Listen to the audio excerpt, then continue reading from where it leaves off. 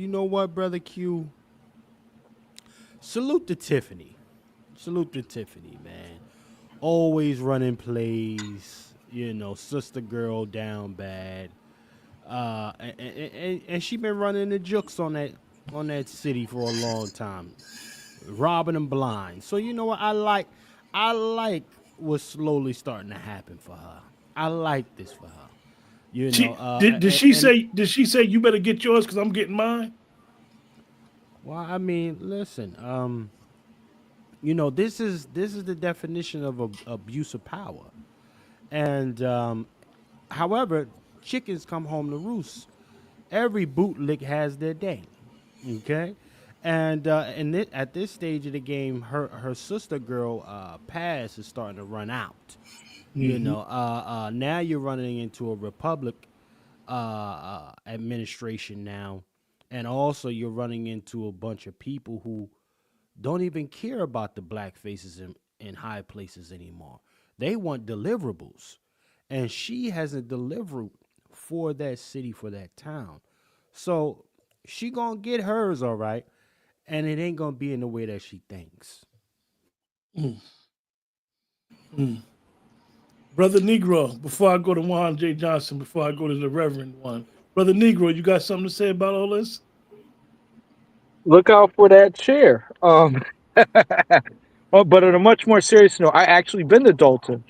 It's Hmm. a very, very small community, and one thing I know that it's like who's who. They have a small population, and everybody kind of knows everybody, and that could be kind of dangerous in some communities because we have a tendency to let it slide because it's based on proximity versus living in a bigger city where it might be a little bit of different terrain. So I could see why this type of level of I would consider corruption would happen and people act in that manner, as a result. Mm. Brother Juan J. Johnson. The era of pretty faces in high places is over. You're right. We need deliverables, and all this. I guess voting for folks who sound like the part, look like the part, but can't produce is over. I followed some of that Detroit piece of the young lady, and I saw that little she throwing those hands and on another another I official. got that. That's coming. That's coming. That's So coming.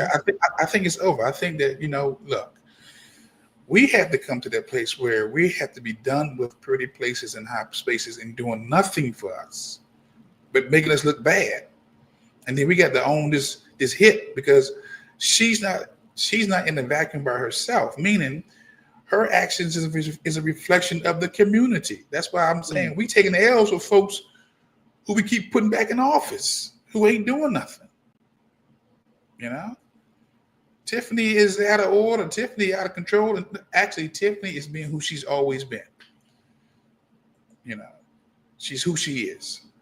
I But find I find it interesting because most of us, like you said, she popped on everybody's radar probably the last 2 years, mm, and it's been scandal after scandal, a bunch of drama after drama, and it continues to go on, and like somebody said in the chat, like why is this stuff allowed? Why do we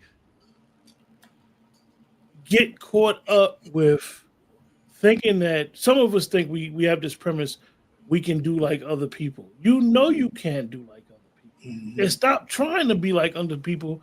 Be who you are, be yourself. And it's like you making it bad for yourself, number one, and then like you just deceiving people. You got a small town, like Brother Negro said, it's small towns like this where everybody know everybody. So when you have an extravagant lifestyle and you mismanage your funds, they know what you're working with. They know all your skeletons. Yeah, but I think they miscalculate because that may be a small town. We got social media and small town folks. The lure of going viral, letting people know who I am. I mean, she called herself a boss mayor. I'm the boss mayor. She wanted everybody to know that I'm the boss mayor. Okay, so what does that mean? And we seeing what boss mayors look like. Narcissistic. I run things. This my house. I'm not accountable to nobody. And now you're seeing the boomerang effect. People couldn't. I mean, when you misappropriating funds and you squandering the money for the services, what do you think is going to happen eventually? See, the house Negro was always like that. But the field Negro, he understood. House Negro say, Massa, we house is in trouble. Field nigga say, let it go down. They not interested. So what is it? Is it, as Chef C always reminds us, do some of our people believe that white ice is colder and they want their closeness, their attachments, their access to whiteness? And It's white leadership that's colder, brother. It's white leadership. See, this is the nonsense that I deal with on the damn app every single day. I tell them we need to build our own government and stuff of that nature. I get pushback from that because now we'll be in the driver's seat completely. Some of us don't want to take those keys, man, and just drive. I just got to give it to you straight. They just don't want to take the keys and drive. And they think that other people in the community is going to build their opportunities. And we should, but that's not really the reality of most of where we at, from what I've been observing. So, yeah, I think that they think that some of us think that white leadership is colder. Hell, they voted for Trump. Some of these brothers and sisters, they didn't vote for they didn't sit on the couch, or they didn't vote for Brother Deion D. Jenkins and other people who are fighting for reparations. I'm just gonna keep it 1,000. So it's telling you that we don't even respect our own black leadership. That shows a problem right there. I'm sorry to go so hard on this, but and going hard about this, Brother Roland, you bring a valid point, because I don't want to take the conversation too far left, but you have those of us that feel as though we don't need a leader. The code is our leader. Yeah, that's the problem. The thing is, leadership is built by institutions. Y'all see that look Chef C gave me? But people will get mad at me, say that we don't need no organization. Y'all see that look Chef C gave me? Chef C gave me the look like, listen, wherever you go, the animals, the planets, everything has a leader. But we say we don't need a leader. The code is going to be our leader. Go ahead, Chef C. Listen. People hide behind that saying to avoid accountability, collective accountability. This is what I've seen. This is, listen, I would love for whatever this quote unquote code to be whatever form of leadership. But that book was written before I was born. Okay? What stopped whoever else, full-grown adults during that time, from following and buying into this very quote-unquote code, being the leadership? So why now, in my later years of a millennial, buy into this quote-unquote code being leadership, where it has been void of any form of accountability even before I was even thought of? It's a lie. Listen. And let's stop playing with this, Q. Hold on, Q. Hold on. I'm not gonna do this shit no more, man. The code is not the leader. Not gonna be together. This ain't no damn unity party with punks. This ain't no unity party with people who don't want the true liberation of black people. This ain't no unity party with Listen, Q.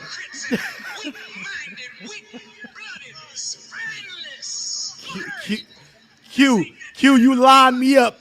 Q, you knew I was gonna. Hey, Q, you lined me up. You knew I was gonna do some. You knew when you said that to me, you was gonna lie. You lined me up before the broadcast even went live. But here's the truth of the matter: if the code was the leader, Black America would not be in the position that it is today. We don't even have the luxury of even being called or looked at as second-class citizens in today. Even with all these immigrants here. We don't even qualify for second class. We don't even qualify. So what happened to the code? At least if there was a code, we could stay maybe in third or second class. We bottom class. So is that the code? Is the code to continue to drop class by class, generation upon generation? Is that the code? As my close friend says, who is a Wazi sister, don't be mad at me if the men don't want to let their nuts hang. Yeah. We got sisters saying this about us. Listen, if I had my joint, my Farrakhan scared to death Negroes, there've been a lot of Negroes with their penises tucked between their legs for decades, and that's part of the big problem here. There's not enough unapologetic but quick to tell you that I'm grown. Respect your elders. Stay in a young kid's place. But we got a lot of adults moving around like little scared little boys and girls. Scared little boys and girls who are telling other adults to stay in their place. Listen, let me say. I'm gonna say this. When somebody says to me, "I've been in this movement for 30 plus years," I gotta look at you crazy. There's no progress. That's not a hill you want to die on. That's not something where you want to beat your chest. You telling me you've been fucking up for 30 years. You ain't get it. You haven't gotten it. When somebody says to me they were born in the quote unquote movement and they 40 or approaching 40, 50, 60, you were born in the movement. You haven't gotten it right for a minimum 4 decades is what you're telling me. Even 3 decades, you haven't gotten it right. And the people around you within the quote-unquote movement haven't figured it out. So when the quote-unquote code being the leader, the quote-unquote code is the leader of failure, redundancy, doing the same thing and expecting grifting, expecting a different result by doing old tactics. The only thing that becomes new is the trends that we consume as far as media and things like that. But Black America, what we're looking at, unfortunately, is same talking points. I listen. I listened to some of Malcolm X's old clips. Believe it or not, I had the nerve to even listen to Hitler. And guess what? Martin, Malcolm, Hitler, they have some similarities as far as the way they deemed necessary to advocate for their people. But guess what? Hitler had to get put out of the pocket because he was sending people to gas chambers. He was cooking folks up. Black America, we decided to boycott a couple buses and say some "we shall overcomes." So now we got the remnants. Shout out to Al Sharpton. Shout out to fucking Reverend Jesse Jackson. The remnants of turncoats who still get to look us in the face today. The brother we played our last broadcast said, Jesse Jackson took the blood of Martin Luther King and rubbed it on his fucking shirt. And nobody did nothing. Jesse still toted it around. Al Sharpton came on several different platforms talking about he was an FBI agent. Right? He hide with his chest out. Yeah, I was an informant. And guess what? Now you see Al Sharpton walking around talking about boycotting Costco.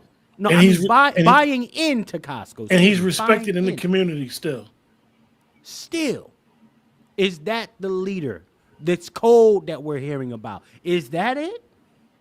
I'm just listen. This thing, I don't advocate for violence, but let me tell you something. A lot of people have heard all of our outrage. And the same way we look at Latinos or illegal immigrants getting deported is the way they look at us when we talk about all the things that have happened to us in this country. What do you have to lose? When we hear about folks getting picked up, right? ICE getting called on them. Oh yeah, we sending them back home. You think that energy's not has never been reciprocated? It's always been here. When they look at the things that have happened to us, you hear about a brother getting shot unarmed, a sister getting shot unarmed by the police. You think they sharing those same tears that we have? The same anger that we have when these things happen to us? No. I can guarantee you it's on the flip side.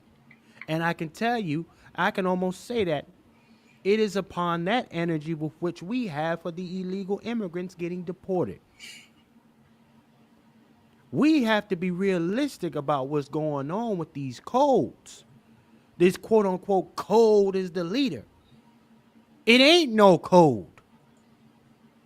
What you will have, you are better off finding a bunch of folks, a handful, because it ain't gonna be a bunch of that.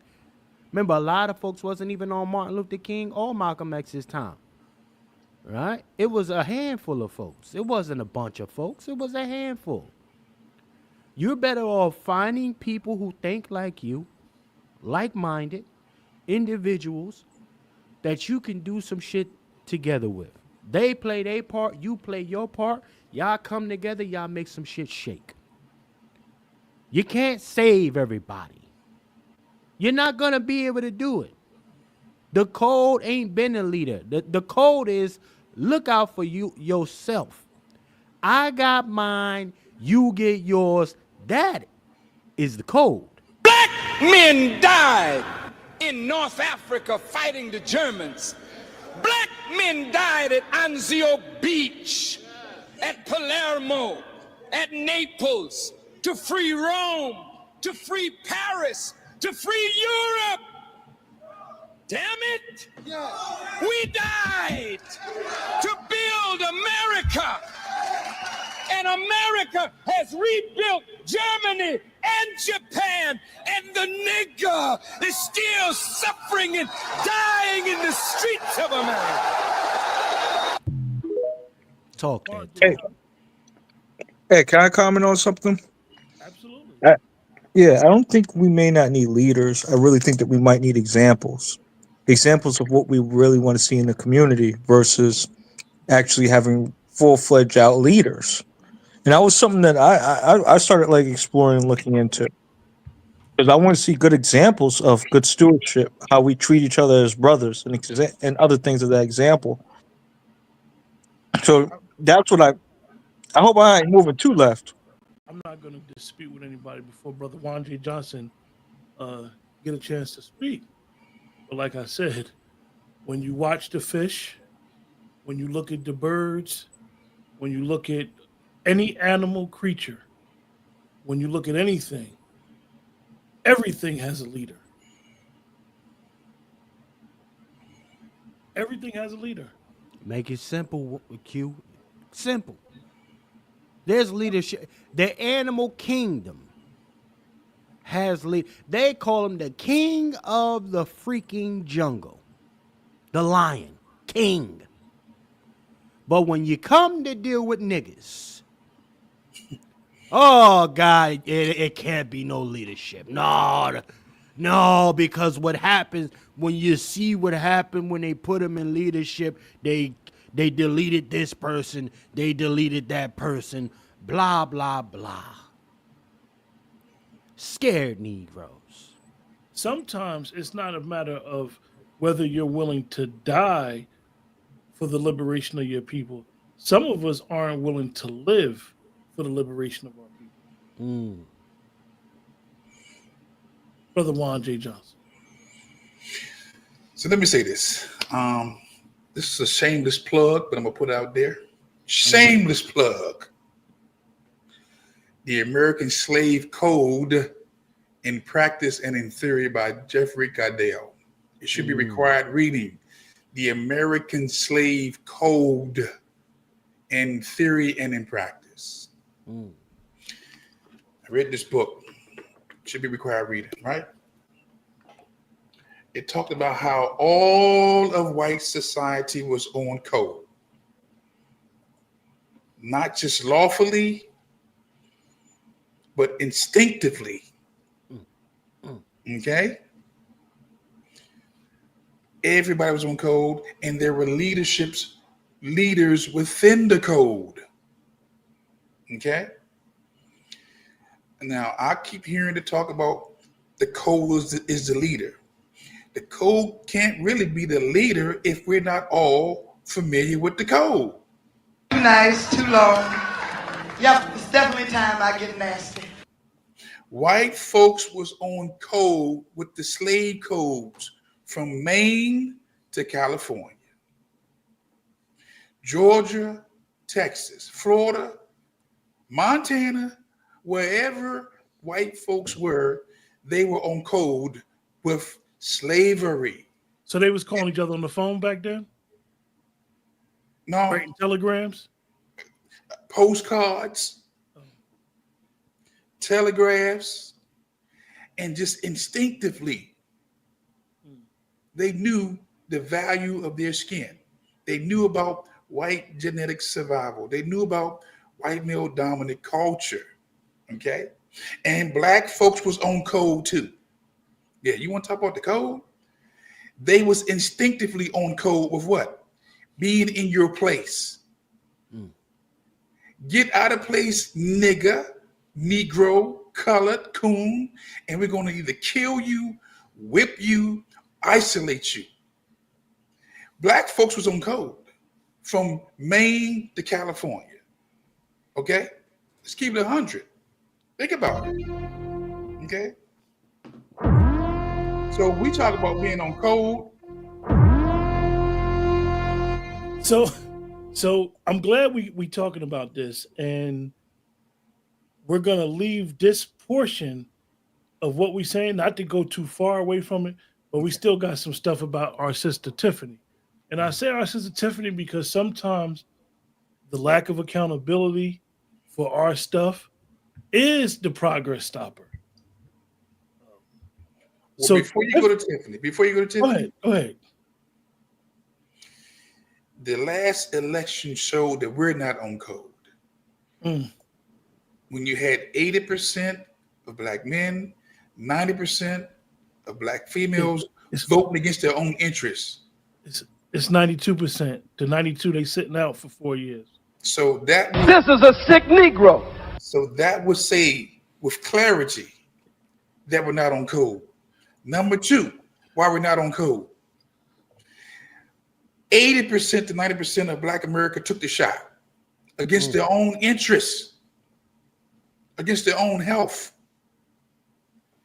So maybe the code is destruction. Maybe the code is destruction. Maybe the code is death. Maybe that's the code we're on. Because I'm not subscribing to that code. I didn't take the shot. And I said my chest out. I didn't take the shot. At the expense of losing family and friends. And I didn't vote for Kamala. At the expense of losing family and friends. So I may not be on code. Yeah, you off code, Juan. Yeah. So brother Juan J. Johnson. So our sister Tiffany, who is the mayor of Dalton, small little city, right? She also sits on the board of Thornton. I don't know what she sits on that board doing. So this week they had a board meeting, community meeting. So it was a brother who's an activist. He was shooting his spill about her and her improprieties. Mm-hmm. So this was happened before the brawl, and I'll show the brawl in a second. It's proven while you talking about her education, Fair use. Verify yours. Oh. But since you sold from women, I really already knew by the way you handled Fania. But for you to sit up here and disparage that woman after giving her that fake ass congratulations in the beginning because you thought you was gonna get what you wanted. Here's the thing. I want to educate you. Stephanie Wiedemann is a 20-year employee, and ain't none of her business ventures ever failed. On top of that, she serves as a chief of staff, and she didn't fuck her way to the top. She's efficient in budgets and don't hide her deeds. She is efficient in organization. She served as a temporary interim executive director for the Dalton Park District until she stepped aside to help her daughter become something you'll never be, which is a married woman. Moved away to Texas, and when her daughter moved away to Texas, she went to help her daughter, but I done heard about 4 or 5 people tell me how they had to take care of yours. And so while you've been a half-ass mayor, but if you wanted to get up here and earn some respect, then you should have been able to respond to Lori Lightfoot's report about credit cards. You want to talk about them not coming to work, but we've been hearing about what you've been doing while you've been at work, and I'm going to give away the rest of my time because I think on behalf of the Black Cookout Association that we would better take a vote that we're going to exchange your black ass for Stephanie to be the new member of our. So all those in favor say, all those against it say nay, all those in favor say aye. You gone, bitch. So,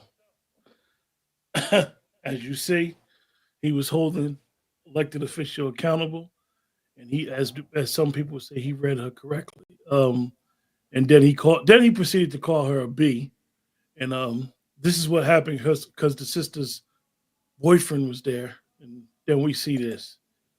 There's been a lot of Supreme Court. Excuse me. That's some more hot fire there. But I see you got the clips ready to go, Q. You got your clips ready.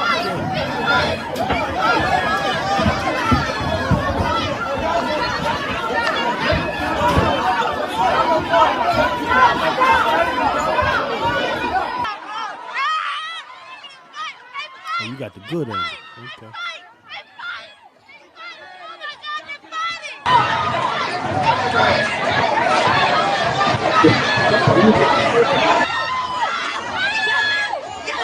Tiffany is in there. Tiffany is in there. Woman. Hey, did you see the list of how many presidents that fought in a duel? I look at. Is this a modern day duel? Are you asking the question? You're making a statement. I'm just asking a question. This is that B1 revival. This is what we do. This is what we do. This is unity. This is what we believe is going to push the needle. Anytime you are going into being a public figure, you got to exercise some self-discipline. Look here, you know how many times I've been called a hot dude? You a hot boy. Nigga, you a snitch. You know? You a popo. Nigga, you 5'0". You a bitch. Take that badge off. And I had to, you know what, summons the patience and not put some on their asses. Okay? Because I know, look here, number one, I got more to lose. Number two, people are entitled to say what they want about you when you become a public figure. All bets are off. They're going into your history. They're going to your personal life. They're going to find anything they can to bring it to your attention. Tiffany was out of order. She was wrong. And she was very emotional with that man. You got to practice some time. And then he called her B. Yeah, well, I mean, which mean let's get to moving some furniture. he was out of look. I don't sanction you calling somebody out their name, but at the same time, when you're in the public and you're talking about you're a public figure, you got to exercise a little bit more patience. Watch this. Did anybody, when Trump was calling him out at the inauguration speech, he was calling Biden out and Biden and Barack and Harris out? Did anybody get up and throw a jab at him? Huh? So we don't have no decorum. We don't have no patience. That as soon as somebody say something, we ready to go all in. Nah, man. Nah, I'm not with that. Let them say what they got to say, and I'll meet you outside later on. I'm gonna get you. Have a conversation. Yeah. Yeah, we're gonna have a conversation. You know.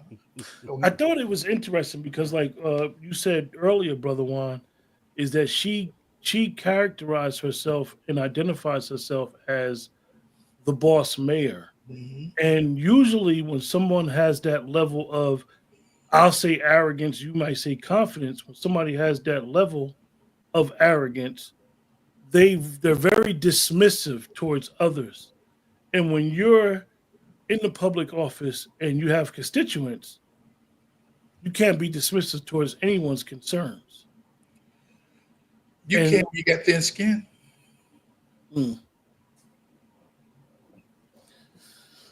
Yeah. Chef C. Well, let me say this. Keeping it a buck, man. I mean, listen, I don't particularly mind that reaction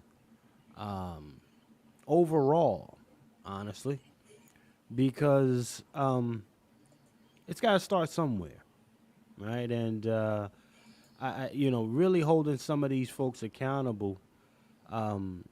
It's not gonna be a pretty road up. It's gonna get a lot more ugly before it gets better. However, that kind of outbreak, I would have preferred it be with some other person. I mean, I think a Roland Martin would qualify for that kind of exchange. The way that he calls people idiots and stuff like that. And all of that, and yo dumbass and all of this extra stuff that Roland Martin does. He been asking for that type of outcome. And it keeps eluding him. So bless his little heart. But again, I think it was warranted. And listen, I honestly prefer to see more accountability per se with other talking heads who lead with ego as opposed to progressive policy for our folks. Hey, I gotta push back. So I did some digging. He mentioned a woman named Stephanie, right?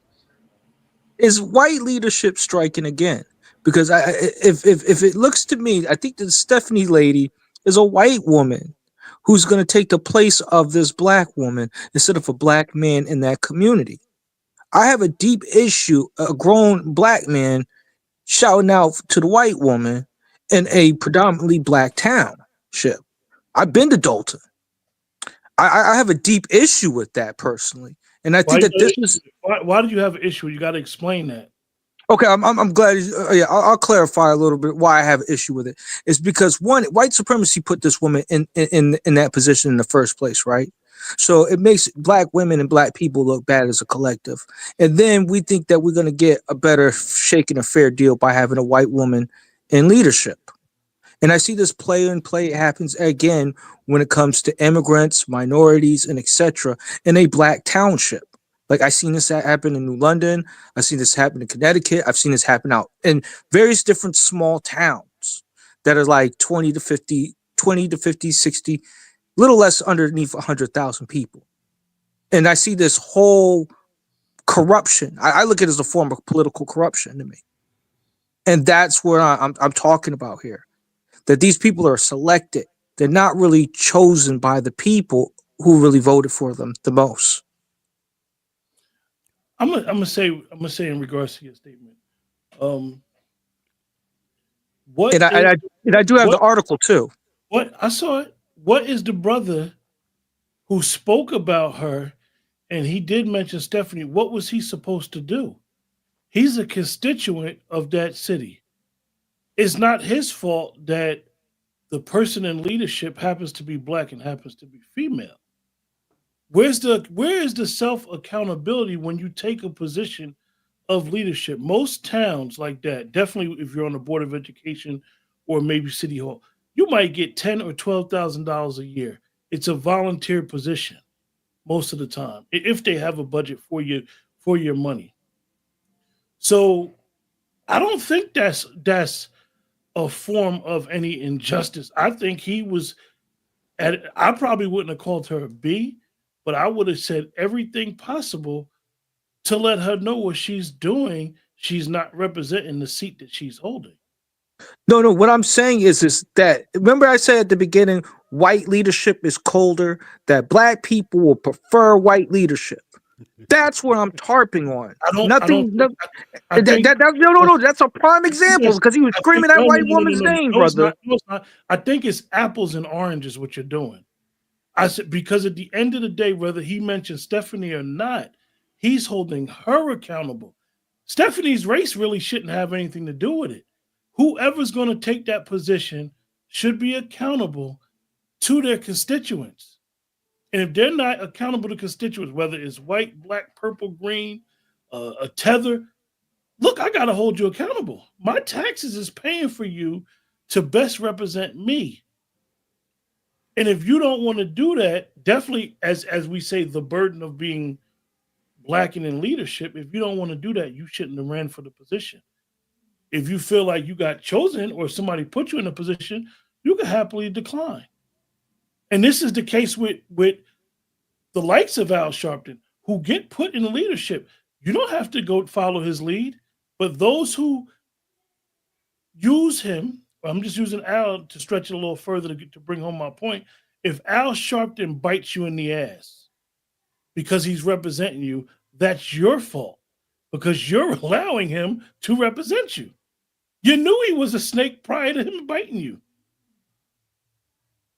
What I mean by accountability, if they were really accountable, then they'll build up their own voting block. They'll put their own leaders in position of authority. They wouldn't be relying on an outcome of candidates like her and even the white lady. So Brother you Ro, can't say Brother Ro, no. I get what you. Brother Negro. Maybe that's what they thought they were doing when they put her there. So we didn't learn from women's leadership as a community.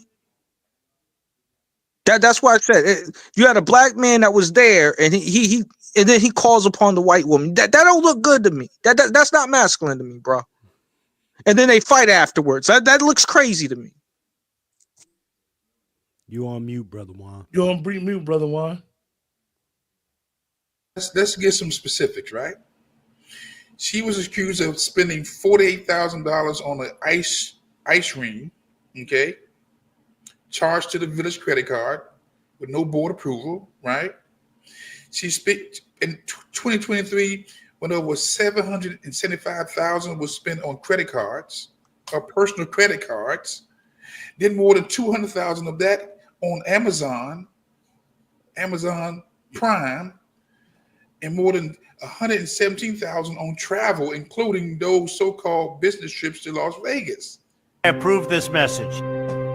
Okay. So, I mean, if I put you in there to be the mayor of the people, I'm not expecting you to steal from the people. Doesn't make sense to me. I am not giving these sisters no break. And that's the problem. That's one of the problems. We don't know.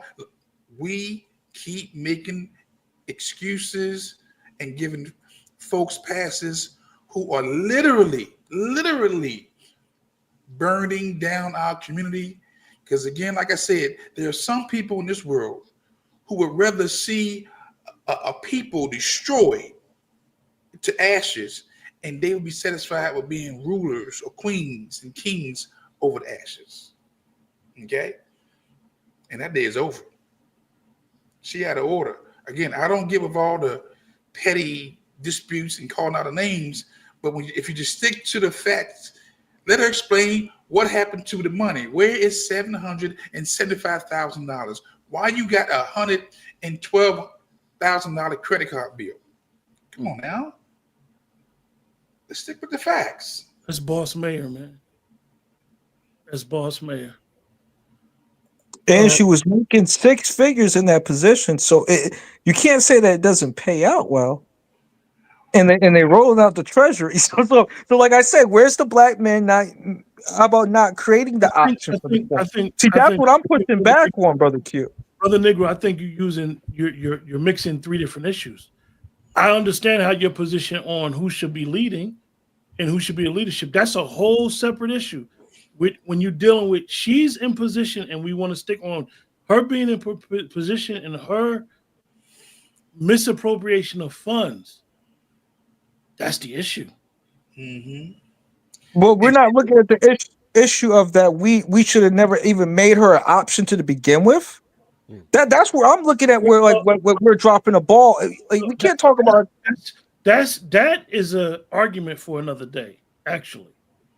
Because however she got there, she got there. Now we could feel like, oh, she shouldn't have been there. We should be men. We should be stepping up. We should be in leadership position. That's our personal feeling on how we should handle things. But you're in some situations where women have to lead. In that situation, I don't know that town. I don't know why. Them people elected her to lead. And in that leadership position, it was what they call a trust in her. And she broke the trust of the people. Chef C. Well, I tell you what, here's what we have. And shout out to everybody that's in the building with us right now. Salute to you, Sister Star, and everybody that's in here, man. Listen, honestly, the cookie, well, first and foremost, listen, there's growing positions for melanated or even black or Negro people, has really exceeded the number of 7,000, even almost north of 8,000 people appointed in quote unquote positions of power throughout the United States right now. And with them being in those positions, because for the longest the conversation was not having any quote unquote black representation in high places. Well, you got it now.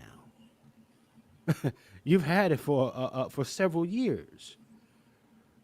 But when you take a look at your communities, though, and you see that these black faces in high places hasn't moved the needle for your hometown, your community in any way, shape, or form, you got to be realistic about the outcome, whether it be a black man or a woman. These positions that are taken up, a lot of these folks are Oreos, as far as I'm concerned. And I can't even put that on the Oreo type of time. A lot of these folks just have narcissistic, egotistic ways by which they govern. Okay? Listen, Steven from Django is the prime example of a lot of these folks. Okay?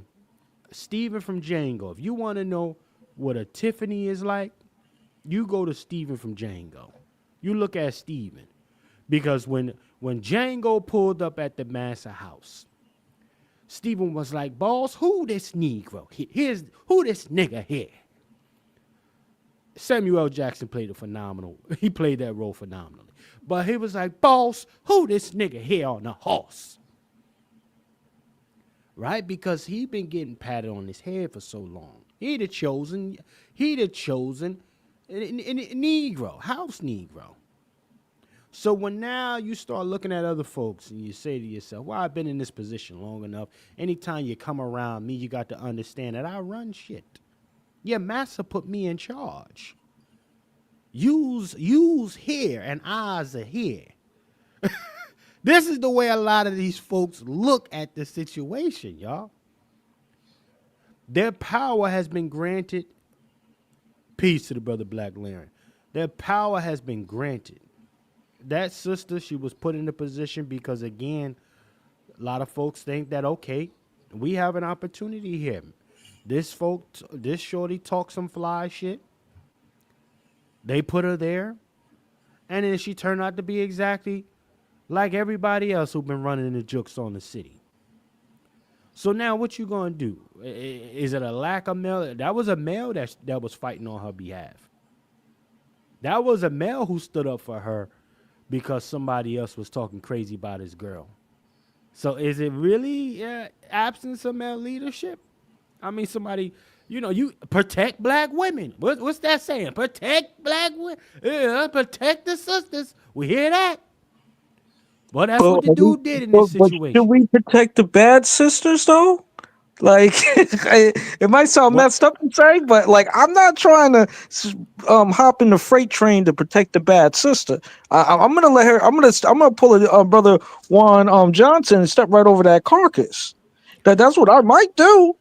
Well, but my point ultimately is this: good or bad, there's always some man who's willing to protect. And even in this case, after knowing her history, it possibly even telling her, yeah, listen, you've been hitting licks off of them credit cards, right? Run up a bag. We in this thing together. That's his bottom. Tiffany, his bottom. It's the bottom. Listen, hey, girl, run up a bag. I'm your protection. Any of these motherfuckers get out of pocket, I got you. Beloved, I got you, sweetie. Just run up a bag. We getting this together. So when you look at the role of the male and what it appears to have been reduced to, right? Now you're a guard dog for a charlatan, a Jezebel. That's the only thing they see a lot of men for, especially the higher up they get into these positions. Poor soul. He was just too high strung. Yeah. Listen, the higher up, the more likely you are going to be deplored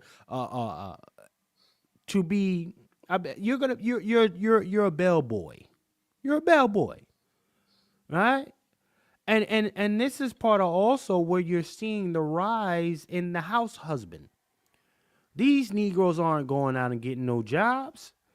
They got a Tiffany Hayward out here running the jukes on the whole city, bringing the bag back home. And all you got to do is be ready to throw these when somebody start talking crazy about her.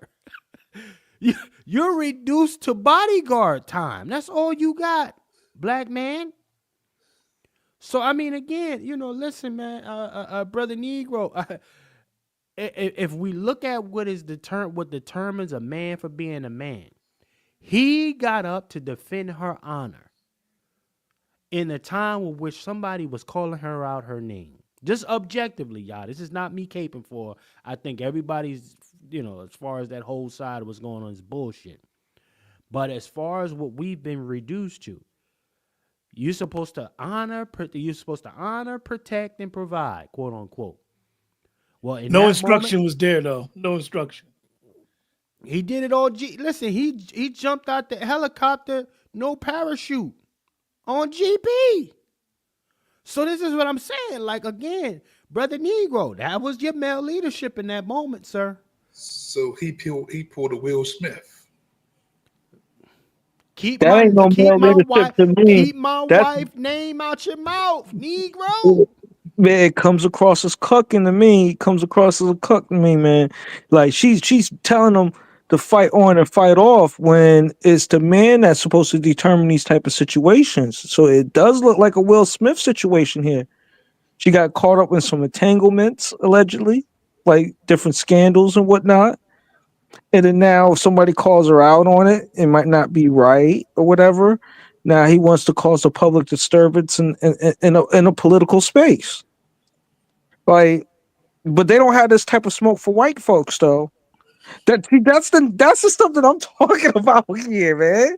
It's just backwards to me. Like the whole my thing is not having these type of women or just any women in leadership right now, because I think it's going to be a lot more dangerous. And we already see how things are headed. And we've seen the effects of women leadership. No, we haven't seen all the effects of women leadership. We haven't seen the effects of it yet. Man, look at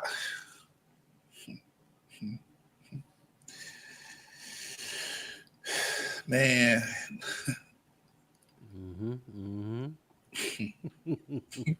Yeah. Go ahead, Negro. Keep talking, man.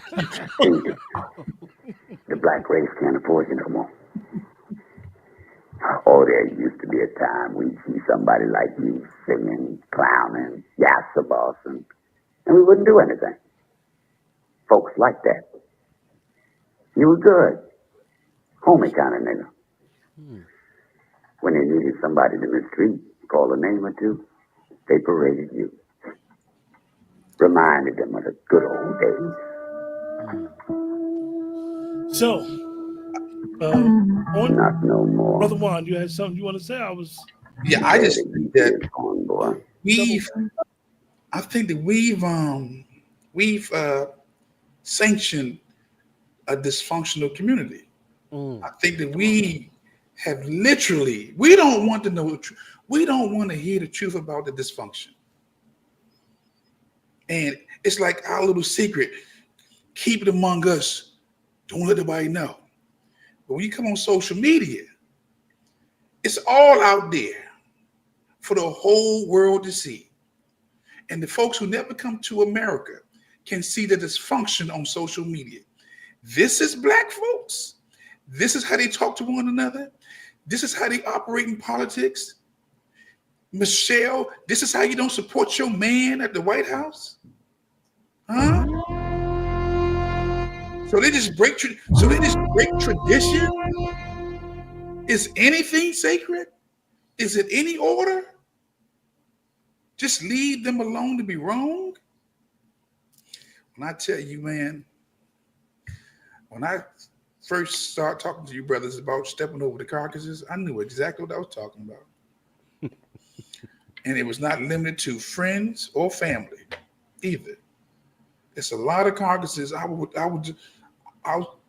as they crying for help, bleeding, suffering, I'm walking. Wow. Brother Juan J. Johnson with the will kick once again. So this week, you guys, we got some hot coming. And it's funny because literally you guys didn't know what I got planned, but the conversation went somewhere and it's going to lead us right back to the ending portion of what we're going to talk about. But I want to talk about the freeze, man.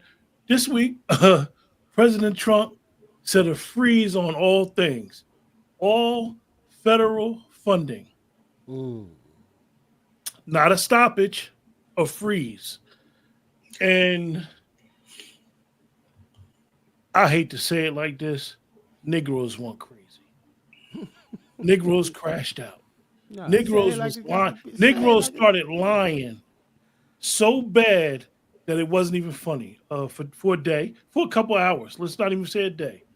And a federal judge wound up freezing his hope on federal funding because what they're trying to do is get rid of wasteful federal spending.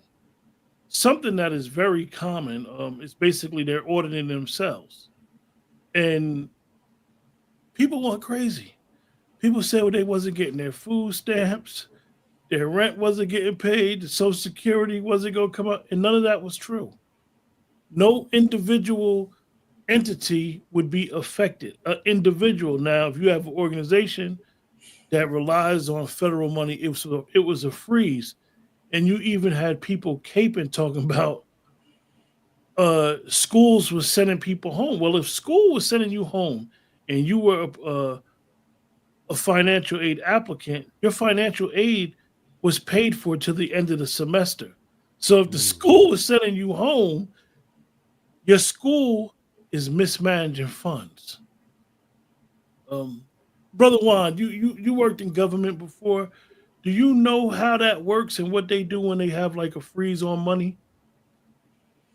You can't get the money. It's a freeze. Look, we're dealing with people that I think that if you've ever been inside a critical situation, like a real bad injury, right? And then you had to go through physical therapy, right?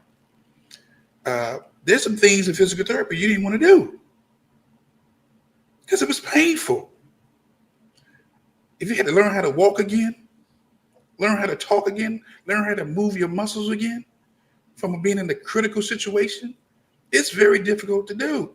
But you got to do it because, at the end, if you go through your physical therapy, you're going to be all right. You get back the working limbs or whatever you're going through. This cutting off the funds is like physical therapy, okay? Because we've been in a critical situation for a long time now, for at least 8 years, or not, if not longer. I mean, wasteful spending. I'm talking about like, look, I wish I'd had me a 501c3 at the time and get some of that money, okay? But now he's saying I'm shut things off because we don't know where the money is going. And that was my biggest gripe, Brother Juan, is that because somebody said, well, what about the Head Start programs and all that? Listen, when you run an organization and you put that grant in, what you have is the funding, and the funding lasts for that fiscal year. It's there. The money's there. It's there. It's in your bank account. Right.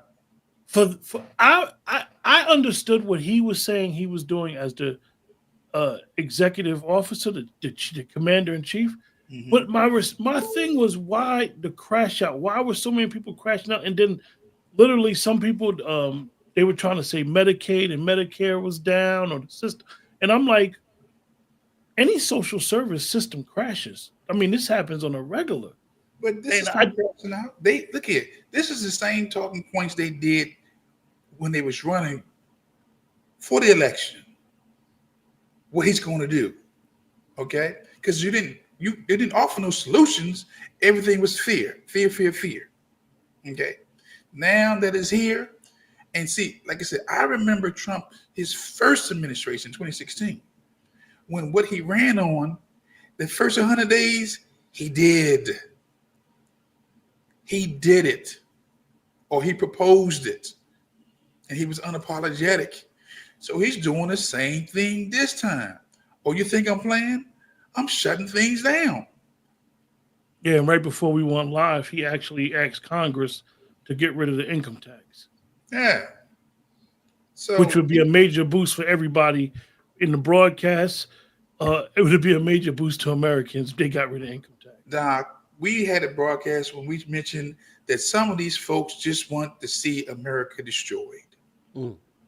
And they forget that you're here, You're occupying America's space. And the people who really want to destroy, when they see your black ass, your brown ass, your red ass, because we get multiple colors in our collective. When they see you, they're not going to spare you. They're going to say, there's one. Man, we have a unique swag about us. We have a unique persona and energy. People know black Americans. When you take a plane somewhere and get off of it, and you open your mouth, they know that's American right there. Okay, how you look? Open your mouth. Chef C, I'm gonna ask you. I know you always up in the morning, shaking and moving, and I know when you seen the way people were reacting on social media, I know you were like, "What happened?" Like, it's just a free. It's literally was not. It's a freeze to. And he said some statements in reference to it. I meant to have the clip where basically they were donating. They found out that the former administration was sending $50 million under the guise of condoms to Gaza. And I have to give a shout out to Dr. Short, who's not here, because Dr. Short told me something about the games they played with the Palestinians and the Yahudis over there in reference to sex. So when I first heard the condom thing, I'm like, why would they try to get rid of $50 million? Because you have to, when you're stealing from the top, you have to give that money, and you have to, as we say, you got to code it and use it in different words to siphon that money off a certain way. So he said it was $50 million for this, $50 million for that, and they caught it because of this freeze. So, Chef C, I asked you, my brother, what were you saying when you seen how everybody was just panicking? Well, I listen, a lot of fake outrage, first and foremost. And then people don't even know why the hell they pissed off, too. This is what I'm finding out about a lot of people after this election season, particularly. Folks are now coming to their senses, knowing that they've made some questionable, cast some questionable votes this last particular term here. And so now it's just been nothing but fear mongering after that and propaganda. It's one outrage after the other. What are we going to be mad about? And they're not even being affected by half of this shit. Not even half, more than half are not being affected by these things, but they're being told. And I gotta salute television programming. It's done a phenomenal job on the indoctrination of folks. But what we are absolutely seeing is this democratic veil crumbling. We're finding that there were so many additional funds going out the back door. We're finding that a lot of people, shout out to Nancy Pelosi, right? Shout out to her, her husband. They've been working that insider trade tip shit for a long time. Her salary is only a 6-figure salary, but her net worth is about $200 million. How, Nancy? Then her husband is $38 million. And, listen, these are career politicians, aka career crooks, as far as I'm concerned. So the outrage, again, I'm learning that politicians believe in using anything that they can get their hands on. They'll use a death. They'll use a dog crossing the street. They'll use faulty plumbing happening in a town somewhere just to push a narrative, right, that suits whatever their position is, so that they get to stay in political power a little bit longer. So as far as the outrage is concerned, and on a quote-unquote freeze, they deliberately made sure that it wasn't looked at as a freeze and more so interpreted as up. A lot of people are looking at this nonsense that literally is not affecting them as something that's permanent just because they don't like who got elected. That's what that's about. And at this stage, it's every Democrat looking for a chance to take a swing at the guy, while also being closet backdoor Republicans because they actually agree with some of his position. Brother Negro. Okay. Do you have Brother Q? You have X, right? Mm-hmm. I have a clip. It's a little 5 minutes long, but this is Anthony Nolan from the 39th district. You could actually see this man actually crashing out in real time. It's 5 minutes of him crashing out over DEI and all these other fundings, right?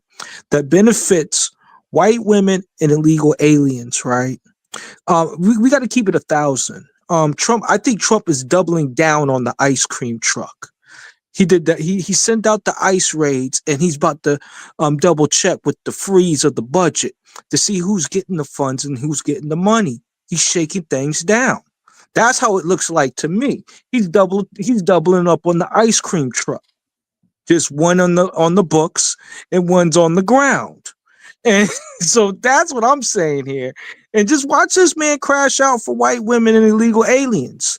And keep in mind, he used to be in a predominantly, I would say, black people made up 30 to 40% of his community. Now we're down to 10% underneath his leadership. So you see what they're fighting for, you see what they're advocating for, and it's damn sure not our interests. I can tell you that. It's not our interests at all. Well, brother Negro, let me ask you this though, and everybody that's tapped in with us right now. I do find it very interesting that the only coverage regarding, and I hope this is not too far off the subject matter, brother Q, but I do find it very interesting that the only coverage of apprehensions and detainments that are happening are only with selected melanated illegals and Latinos. But last I checked, there was gangs of Ukrainians coming here under this past administration. Gangs of Arabs and Palestinians coming here under this administration. Gangs of military age Asian men coming here illegally under this past administration. Why am I not seeing footage of them being abducted, detained, and returned back home?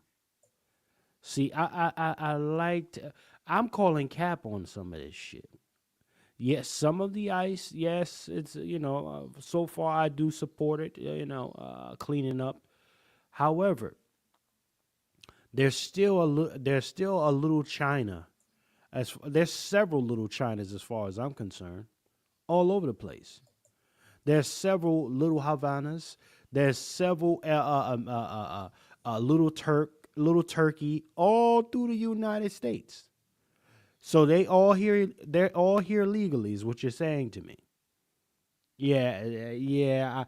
Something a little sketchy as far as C is concerned. One of the things, Chef C, that I noticed, right, and I could definitely agree to that point because I live about 15 miles from a spot where they at. And what I noticed is, and definitely when you're looking at the news coverage of what's going on, it's just like anything else. When you're doing something that you know you ain't got no business doing, sometimes you don't need to bring attention to yourself. A lot of these people in these quote unquote communities, back to that phrase, they aren't code enough to shut up and keep their head down and stay out of harm's way. And even to the point where those very same communities will harbor them and keep them and protect them and cover them. Instead, unfortunately, you have these black leaders who are in these cities who are defying the president, who are willing to fall on the sword of the president, thinking that I'm going to protect their constitutional right, and is bringing more and more attention. For example, what's going on in Chicago? Brandon Johnson is bringing more. He's brought so much attention to Chicago that when they come to Chicago, it's going to be probably elected officials getting arrested too because they're harboring fugitives. Chef C, we live in North Jersey. It's places in North Jersey that's probably harboring illegals, but ain't nobody gonna say nothing because sometimes people know how to keep their damn mouth shut. I.e. Passaic. We know the areas. We know that Union City. We know the areas.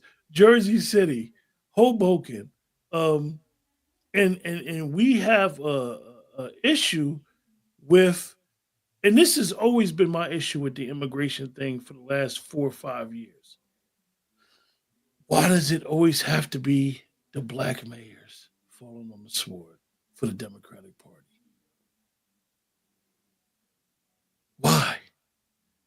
Why?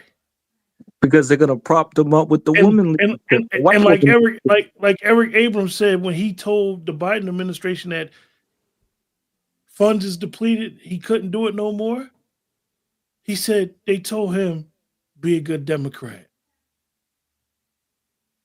Just be a good Democrat. Boy, just be a good Democrat. Yeah. So I'm gonna play this what Brother Negro has up, and we'll discuss it.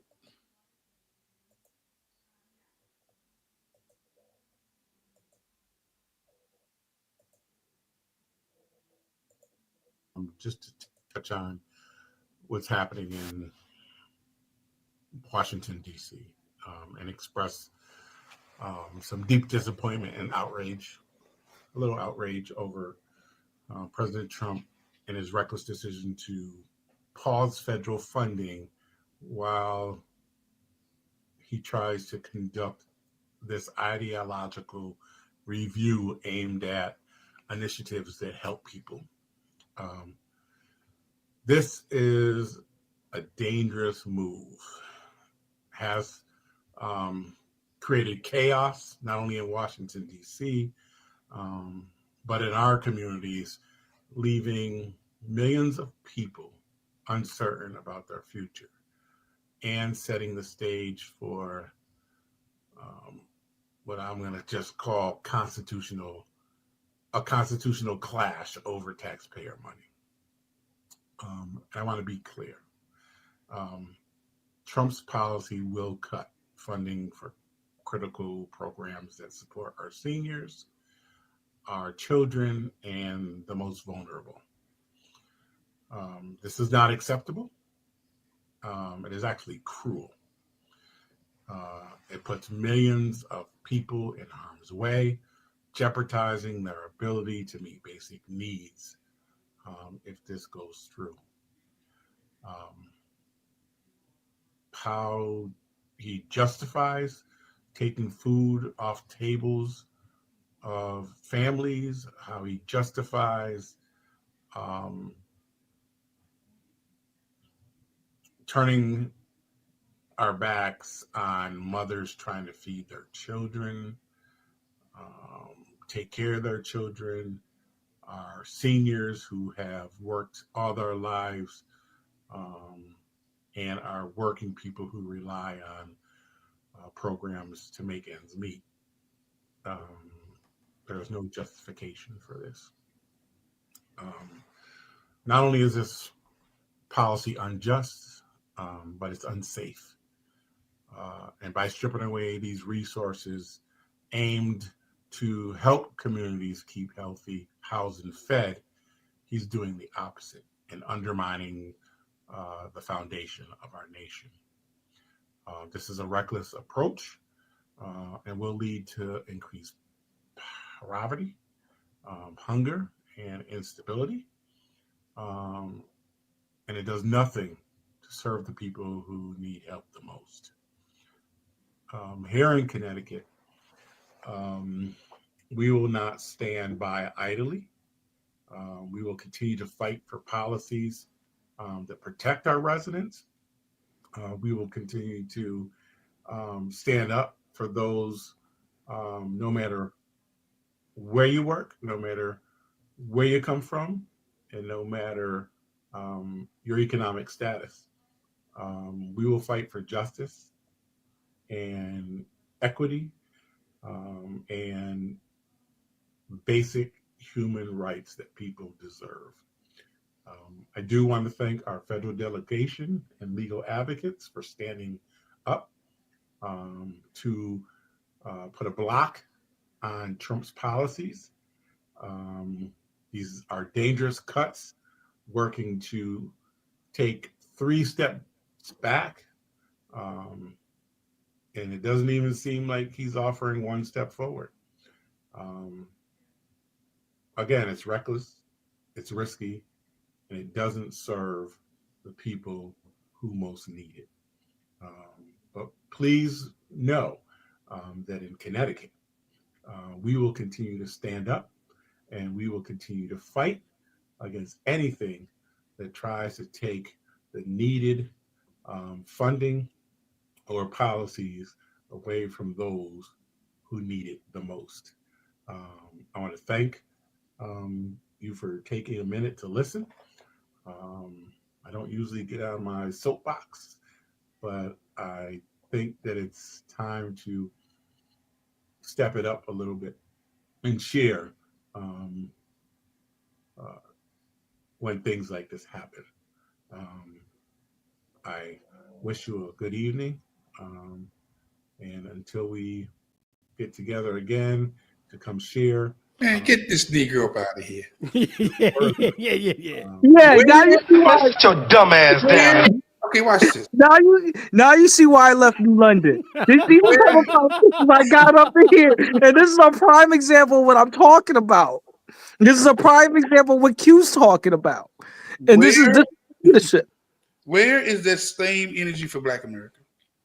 Dude, wait. That's funny you bring that up. I had a meeting with this guy about reparations, right? This dude was looking at his phone. He didn't care. He was actually empathetic against our causes. Then I asked about renter's cap. This guy was against that too. And then the thing that teed me off the most is people who need it the most. We know it's Negroes that need it the most. We know it's Black American folks that need it the most. So the nerve of this guy to use this saying for white women and immigrants, I really do have a problem with that. He's putting Negro spirituals on immigrant dust. Like I'm really kind of heated about this. So this is a prime example of what you're talking about, Q. And you see why I asked for you to please play this to see what I'm talking about. What do you have to lose? And you saw how he's crashing out too. The only thing that I'm gonna say in reference to that is, you guys in the chat, my brothers on the panel, we gotta educate ourselves. There's a famous video that all of us who have spoke about reparations, we've used this video, we've seen this video countless times. When Martin Luther King was explaining about the land grants, and what he was saying, he said from an act of Congress. The Homestead Act. The only way that funds can get to you and I from the federal government is an act of Congress. It has to be allocated. All President Trump did was freeze it. It did not stop it. It probably won't get past going into the next budget, but it's already budgeted for this year. So all the hoopla, all the gaslighting, all the games they're playing, the money will be there for 2025. If I say, oh, I'm not giving you $20 million, you ain't getting it next year, you're going to have to put it in again. Those who write grants, y'all know exactly what I'm talking about. When you write a grant for that year, they'll give it to you. Then you got to show them the proof on how you spent the grant to get it again. It's the same thing. We cannot, and I know the brother put about civics. They haven't taught civics in schools in the United States since the late 70s. We're in a bad state that we don't know basic information. Donald Trump is the head of the executive branch. That's it. He's the president and he's the head of the executive branch. He's not Congress. Congress allocates money. So you see all these fake representatives, these bootlicking Negroes, they're running a jukes on you because they're not doing nothing. They're getting fat while everybody in the street is starving. We need to all know who our local congressmen, who our local representatives are on the state and the federal level. So when stuff like this happens and you don't know, just call them. There's no excuse for this level of, and this is why the crash out was not worth it. Because we really made fools of ourselves that we don't know what's going on. Brother Juan, go ahead, Brother Negro. I'll be real brief, but Q, even if you do make that phone call to him, he is an ex-police officer and he's not on the good side of the law, if you get what I mean. So this dude will get you hemmed up. This man has connections to get you hemmed up, respectfully. So it's even more dangerous if you like. I've done things in that neighborhood to let you know, like this dude will do some shady things to get you out the way. Black men died in North Africa fighting the Germans. Black men died at Anzio Beach, at Palermo, at Naples, to free Rome, to free Paris, to free Europe. Damn it! We died to build America. And America has rebuilt Germany and Japan. And the nigger is still suffering and dying in the streets of America. Facto. This is not intended towards you. This is intended towards us. We need to stop being soft. I said the other day that the self-preservation switch has been deactivated in Negro. And I believe that. I put my life on that. The self-preservation switch has been deactivated. Keep it 100. They don't know how to protect themselves. You're talking about docile. You're talking about neuter, domesticated. That's who they are. And then people of our generation got there to curse our ancestors. Talking about I ain't my ancestors. You damn sure you ain't your ancestors. Well, again, Dr. Clark said that people who will not put respect on their ancestors, their offspring won't respect you, me. I mean, we're dealing with a sick people. Like I wish you had that clip. These Negroes are sick.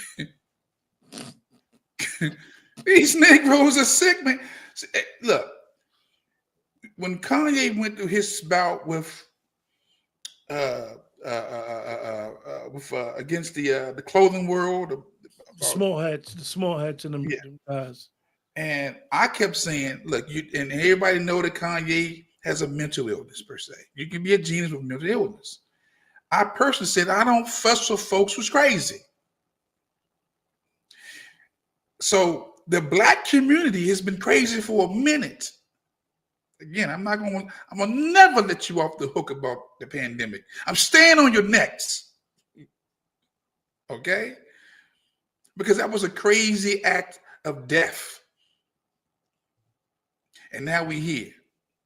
Seeing these politicians practice, I mean, it's like they took an oath of benign neglect towards Black Americans. Don't give these niggas nothing, but you make sure you fall on the sword of the immigrants. And they ain't gonna kick up. They ain't gonna do nothing. Don't even worry about it. And when I say immigrant, so Brother Juan, so you heard the immigrant thing too, right? And the white woman thing too, even though he didn't say that. I just wanted to make sure I was hearing the dog whistles correctly. Well, look, that white man gonna look out for his white woman. Say it again. That white man gonna look out for his white woman. He bears his seed. He spawns his children. So he gonna look out for her. Okay, and that's why the white women vote like they do for Trump. They hold their nose and vote for Trump. Okay, but watch this, and you don't see them throwing their they don't like Trump, so they would throw him under the bus. But as a collective, they're not throwing white men as a collective under the bus. Okay, they're not doing that. So I'm not surprised about this person who's like he said, I don't normally do this. Do what? Come out and support other people. And he did. I mean, I wrote down what he said. Dangerous cuts, 3 steps back, reckless, risky. And I'm like, well, where's that energy for Black America? Where's that energy for your constituents? He ain't got that for that. What do you say? Undermining the foundation of the nation, taking the food from the seniors and the children. Really? They playing on the heartstrings with the children and the seniors because you look out for your elderly and your children. You know, that's the soft spot. What about the children? What about the elderly? Nigga, what about the black community? Again, man, look, I see the writing on the wall with these folks, man. We come to the point of the portion where I would actually tell my brothers on the panel, I'm throwing some shit in the game right here. Oh Lord. Brother Negro, Chef C, and Brother Juan, I'm about to throw some shit in the game. So prior to President Trump doing this freeze, he was at the World Economic Forum, and he said something. Citizenship or automatic citizenship for the children of illegal aliens. That's another way. It's automatic citizenship for children of illegal aliens. That's the other term that they use, which is actually more accurate, more understandable. And it's ridiculous. We're the only country that has it, and certainly the only country that has it to that extent. And it wasn't meant, if you look, it was really meant for children of slaves. This is when it happened. The children of slaves, it was not meant for everyone to come into our country by airplane or charging across the borders from all over the world and think they're going to become citizens. It's not meant for that. It wasn't meant for that. And hopefully at some point the courts will understand that without having to go through a whole big deal. This was meant for the children of slaves. And look at the timing of it and you'll see. And I hope judges will understand that. And it has to stop because it's really hurting our country very. That politician cared about more. Before you respond, Civil Rights Act of 1964 was upheld. This approach in the heart of Atlanta Motel versus United States. Justice Joseph Bradley made a really interesting comment about it. He said, quote, individual invasion of individual rights is not the subject matter of the 14th Amendment. It has a deeper and broader scope. It nullifies and makes void all state legislation and state action of every kind which impairs the privileges and immunities of citizens of the United States or which injures them in life, liberty, or property without due process of law or which denies them equal protection of the laws. He goes on. The radical Republicans who advanced the 13th Amendment, which was abolishing slavery, hoped to ensure broad civil and human rights for the newly freed people. But its scope was disputed before it even went into effect. The framers of the 14th Amendment wanted these principles enshrined in the Constitution to protect the new Civil Rights Act from being declared unconstitutional by the Supreme Court and also to prevent a future Congress from altering it by a mere majority vote. Who was the focus? The newly freed people. Not everybody trying to get here by hook, crook, or cranny. sometimes people will backdoor into a situation where they're right. Here we've been told for all these years that these Republicans are our enemy. These Republicans are enemies to black people. We know the history of the Republican Party, who black people started the Republican Party. Here it is that they're coming down on immigration and they're using the very same laws that freed black Americans. The 13th, 14th, and 15th Amendment.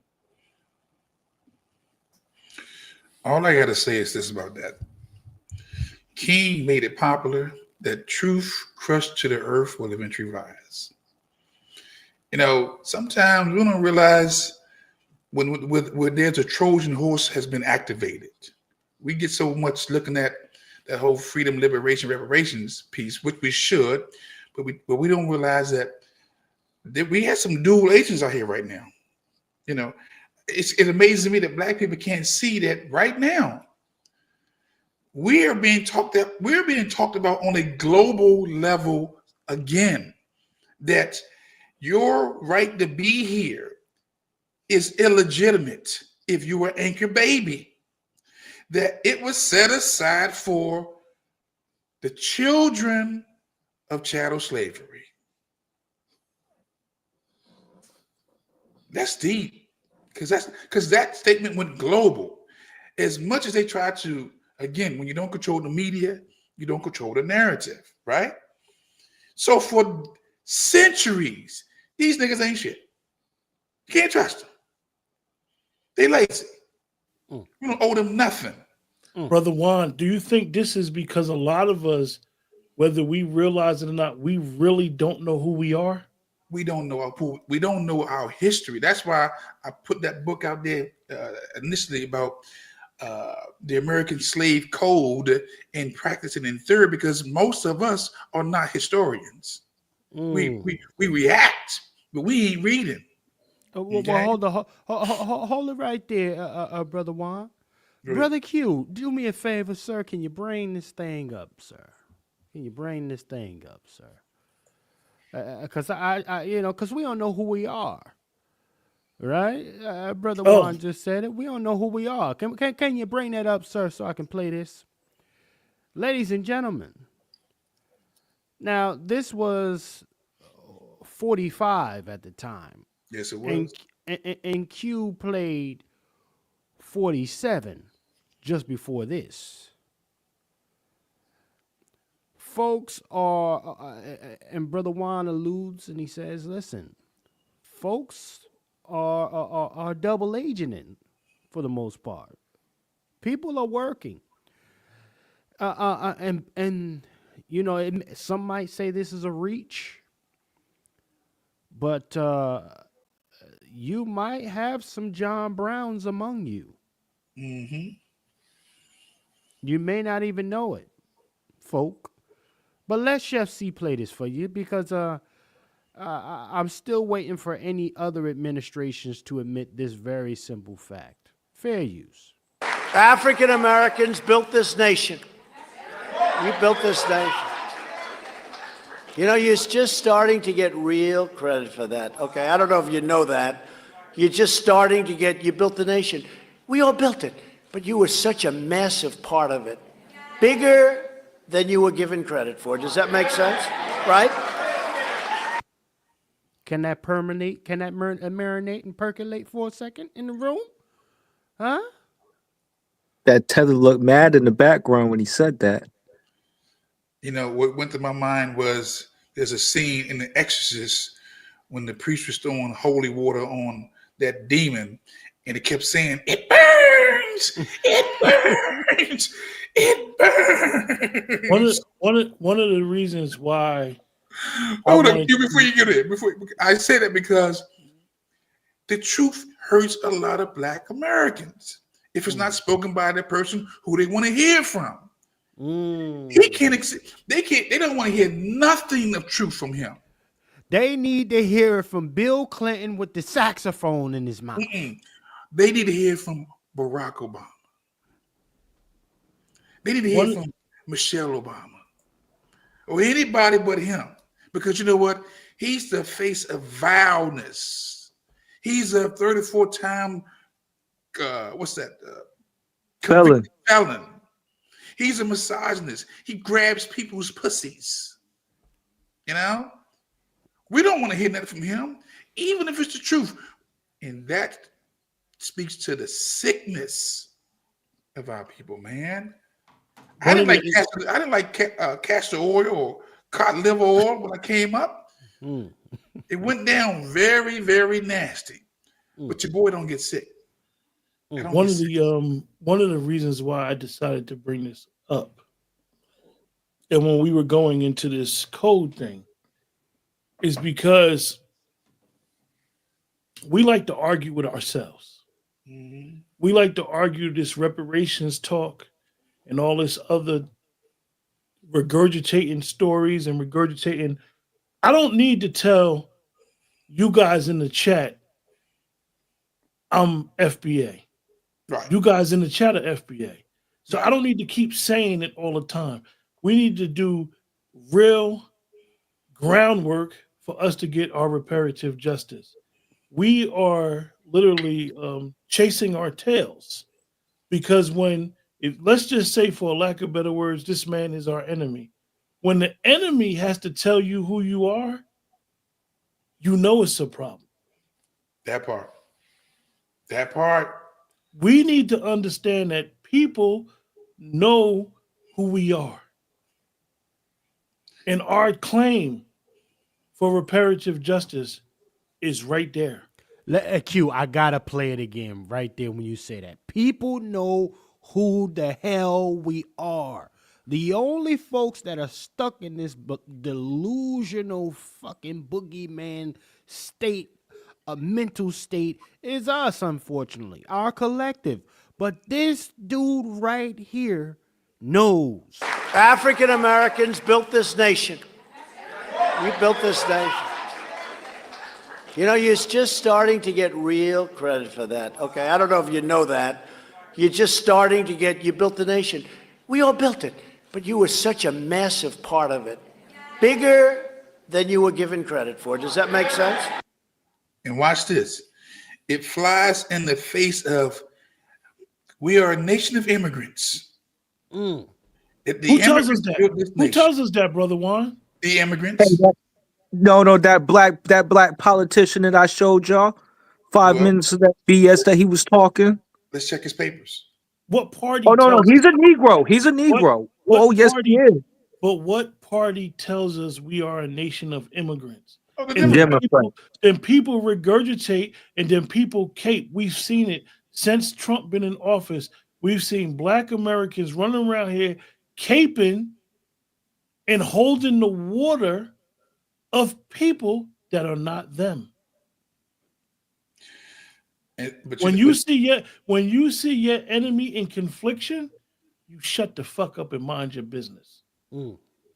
We don't know how to stay out of other people's affairs. And I'm gonna show you guys something, right? I got another link. Hold up. And it's interesting because see this stuff here, you guys, this is not new. This is not something that we haven't been taught. And everybody likes to we like to intellectually jerk off. Oh Lord. When our elders give us information. You gonna point to Dr. Claude Anderson? You know it. I had a feeling he's the only one that say intellectually masturbating. Constitutions. You got the first Constitution of 1789. That's the 1 through 12 amendment. And those amendments gave whites everything they needed. That's why white folk didn't have all these, they didn't have any big demands other than what was in the Constitution. So from 1789 up to 1860, the first Constitution was in effect, Amendment 1 through 12.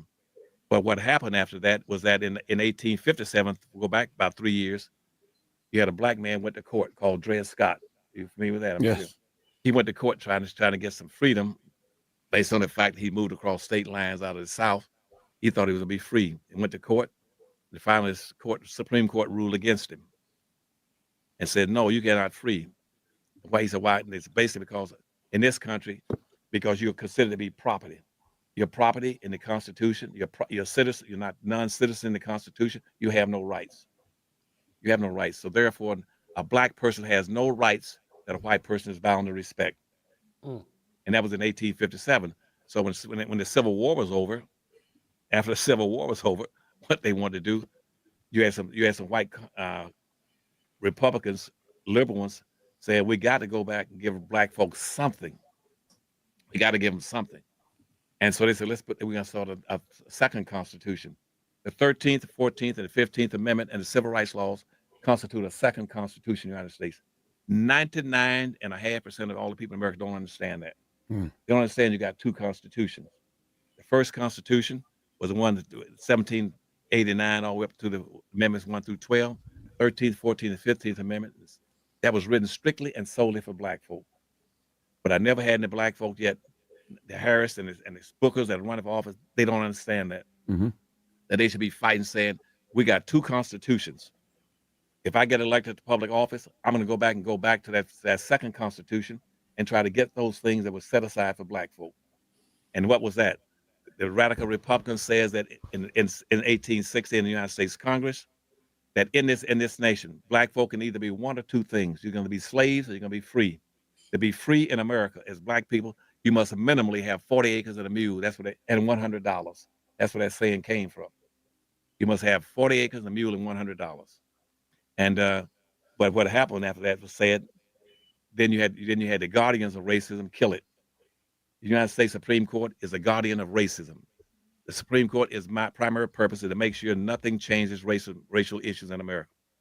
That's why the United States Supreme Court has never ruled effectively to the benefit of black folk. And so as soon as they enacted the 13th Amendment, the 14th Amendment, and the 15th Amendment, and the civil rights laws. And the civil rights law says that black folk must have certain benefits. They set up freedmen banks and everything else. But the United States Constitution came in and killed it. Supreme Court came in and killed it. You ever heard of what's called period of Reconstruction? Reconstruction was? Between 1865, there was a 10-year period between 1865 and 1875. It was called Reconstruction. Now, what I tell black folk is that you should be saying, why did they call it Reconstruction? It was reconstruct. What reconstruct? What do you mean by reconstruct? The first Constitution was a social construct that locked you into the bottom barrel permanently. Reconstruction that took place between 1865 and 1875 says redo the thing, give black folk a chance. And it's supposed to go on forever, but the United States Supreme Court jumped in and killed it in 1875. That part.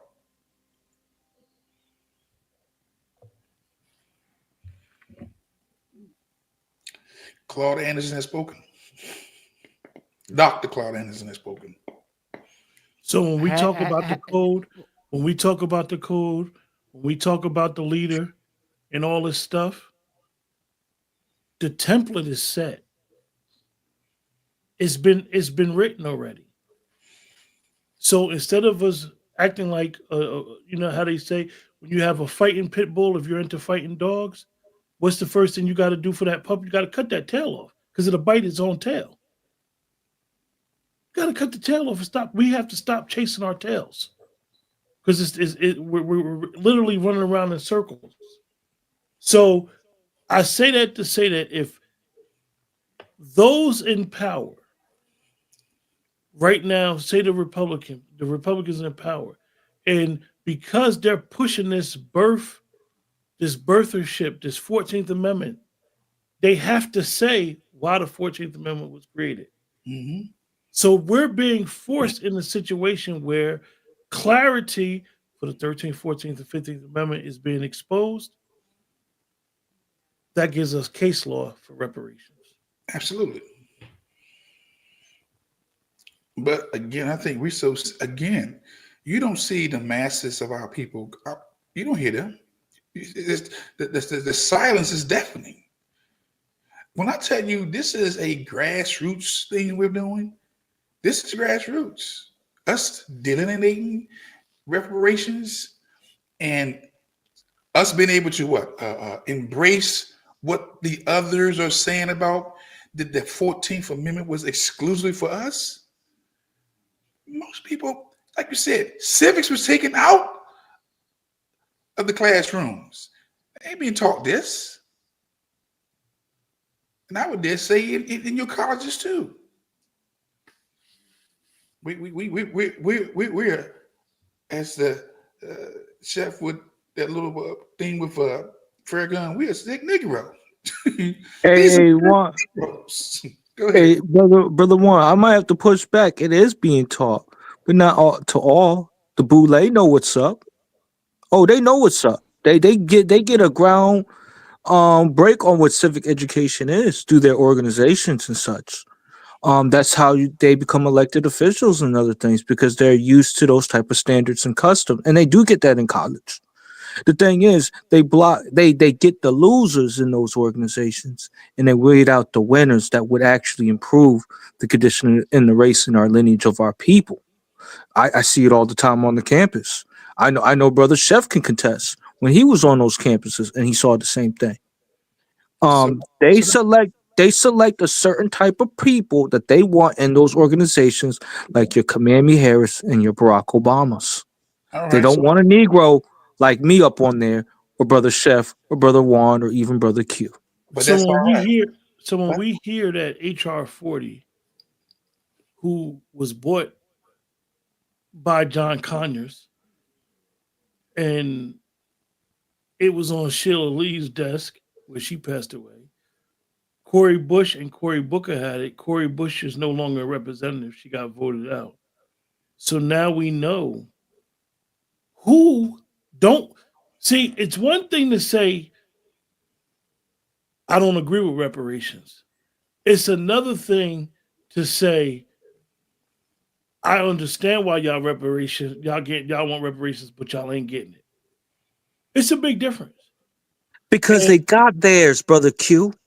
Those people got theirs.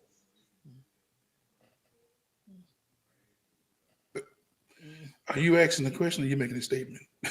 I'm making a statement, and I even See, the house Negro was always like that. But the field Negro, he understood. House Negroes say, Massa, we house is in trouble. Field niggas say, let it go down. They not interested.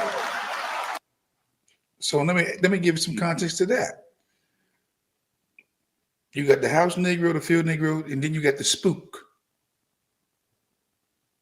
The spook that sat behind the door. I would probably be considered a spook. Because I've been inside the house. You know what they would call you, Brother Juan? They would call you contraband. Okay.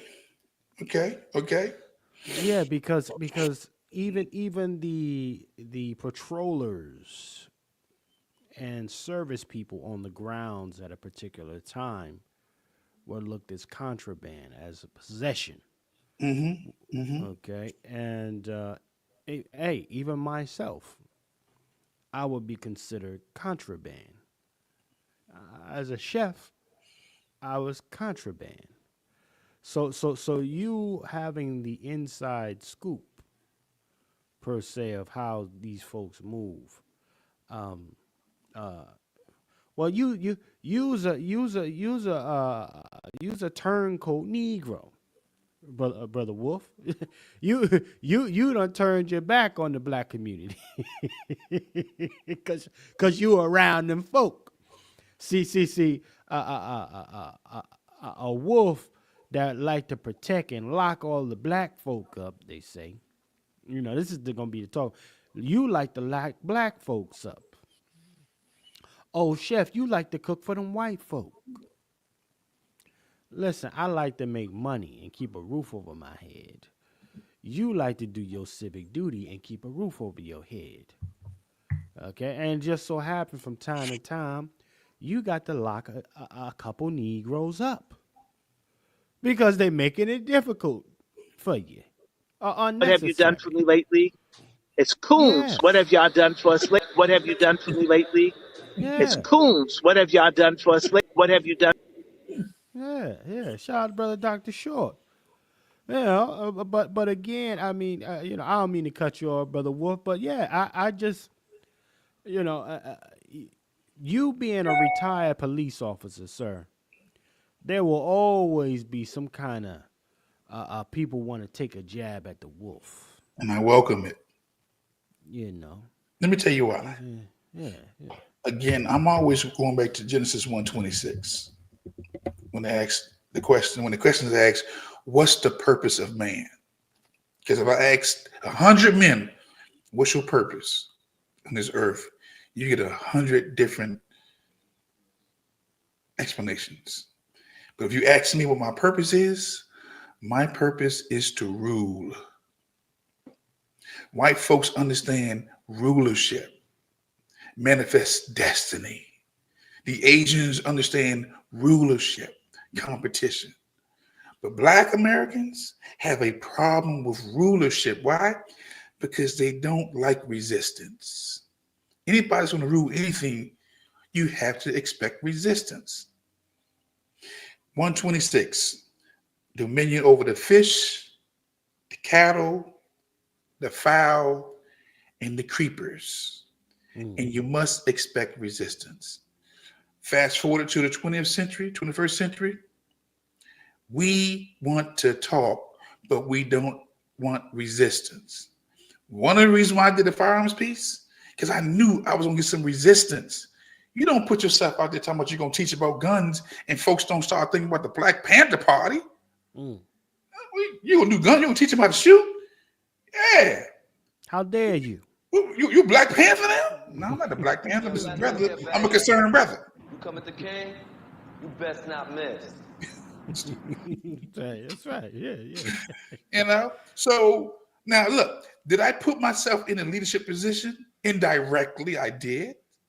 Not once, but twice, because again, I've said on numerous occasions that police officers became the surrogate fathers in the neighborhood because there was no guys around. And they would call the police for what? For trivial stuff. My child won't go to school. He won't listen. And I would tell them, this is not a police matter. Where's your husband? Where's the boyfriend? Where's the uncle? Where's the cousin? They're not there. Okay? So by default, I became a leader, a voice of somebody who you look to for respect. Did I ask for it? No. But when you put yourself in these situations, like me now being a gun instructor, do I ask to be a leader? No. But I know people are listening to me, and by default, I'm a leader. And look, I found something worth living for.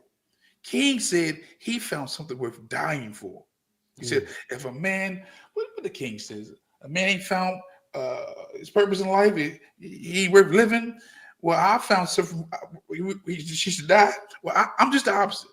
I found something worth living for, which is crazy ass Black America, because they crazy. Not all of them, but the ones who will eventually get on board and see, you know what? Our elders and our aunties and our great grandparents, they didn't protect the culture. And somebody got to stand up and say, you know what, they was out of order and somebody got to fix it. Or not even fix it, speak to it like we've been doing for so long. The Dr. Shorts, you Chef, Brother Cute, the Negro. So, I mean, my approach is different, but I know I don't run from leadership. I don't run from no violence. I don't run from no guns. If I'm going to die, all right, so what? You got to die from something. So our brother in the chat, he asked maybe Jasmine Crockett will pick up HR 40 and run with it. No, she ain't. She's worried about a whole other mess. She's not worried about no HR 40. This is the issue, is that we don't know how to carry our own water. And we don't force other people to carry their own water. We say, oh, you going across the street? I'm going to carry your bags, and then I might come back and get my bags. But I'm going to carry your bags across the street. We get across the street and we say, oh, shit, my bag's still across the street. And we're like, you know what? They good. And this is all Black leadership. This is all Black elected officials. Every Black elected official since President Trump has won in office has not spoke directly to Black people for Black people's issues. They have all spoke about DEI, immigration, this weird Black and brown coalition that don't really exist but exist in their heads. This is what they do. There is no Black elected official who is going to speak for grassroots advocates or Black people. Well, period. I wouldn't use the absolute because, again, when you don't control the media, you don't control the narrative. And you may have some out there, but because of their stance, they're not going to get the time. Bruh, do you know our numbers should be in the thousands for our broadcast. We spitting truth, but we ain't playing with these folks. Where the other folks on this foolishness, they get hundreds of thousands or tens of thousands tune in. I mean, so I just know that I think there's some out there. We're not in a vacuum, but again, when you don't control the media, you don't control the narrative, and that's why what we're doing is groundbreaking, because this is the new media. We're shedding light on situations and people who don't mean us no good. As far as Jasmine Crockett, and two, I hear her say something specifically for Black people. Miss me with Jasmine. God, night, square, prepare for battle. With that, does anybody have any final thoughts? Because we're going to close the broadcast out. Well, I will say this, ladies and gentlemen. Salute to everybody that joined us today. You know, I do want y'all to make sure y'all go, if y'all not on my platform right now, in my chat, I have pinned the new platform that is going to be launching very soon, which is the Cook Up with Chef C. We look forward to doing some fly stuff over there, y'all. We're going to be really doing, I gave y'all a couple previews already. We did some beef cheek last beta test, and prior to that, we did another broadcast as well. Salute to Big Meech. And we covered we covered something simple on the other broadcast as well. The final one, we're going to be doing a vegan portion for folks. So just keep it locked for that. But the Cook Up with Chef C will be dropping very soon. It's pinned to my chat that's live right now. Make sure y'all go over there and subscribe for updates and everything. And if you haven't become a member of our Patreon for recipes, that's patreon.com/cooking with Chef C. So make sure y'all slide over there, man. I look forward to seeing y'all. And Chef C, I need you to email me on your next logo. I need your logo too, brother Juan and brother Negro. I need both of y'all, all three of y'all logo. So I can work on I'm here. I need your logo. You have any final thoughts, brother Negro? Yes, sir, I do. I got my book that's coming out soon. I'm very excited. Delineationology. I'm trying to push for it for out in the February, but it's in editing phases right now. So the writing stuff is done and over with. So I'm very, very excited about that. Grad school, one class out, and I have my master's. Congratulations. And definitely going to do some law school once I get the business settled in. I do want to let everybody know on X around I think 10 o'clock or so, we are hosting a space in regards to our response towards reparations and how we would want to go about it and suggesting some of our plans. If people are interested, they're more than welcome to hop into the space, because we definitely did not like how California and other ones has been rolling, and we have not gotten any restitution. So me, Sister Kim, and some of the people from the organization is definitely going to discuss that into more details about some of our thoughts about that, and definitely looking for people to join up because they might get a bag too. And actually getting the bag in the guise of our repair what's owed to us, not scamming and ripping each other off. So that's one of the activities that we are really focused on. And we do have a Black History Project for those that are interested in it. Reach out to us. Is the Black Heritage Flag Project for those that are interested. So we got some activities coming down for Black History Month, and we love for people to participate and join. And also in the spring, we're going, Brother Q. I definitely want us to do a black male field trip to a museum where Dr. Short and us and some of the guys, we go down there, take a day off, and go to the museum and bring one of our loved, or bring our sons or our nephews and etc. We just have a black men's field trip with our children, our male children and stuff, and check out this museum and stuff. And I think we should do that. So that was one of the activities that I am interested in and working out in the spring for us as Pat Talks and others. Juan J. Johnson. So before I give you what I've been working on, what I'm about to do, I did post inside the chat one of my favorite scriptures, Proverbs 6, 16 through 23. And I judge a lot of our politicians by this proverb. 16 is God hate, and 7 is an abomination. And we get a lot of proud looks from our politicians, you know, and them lying ass tongues they be doing. Okay.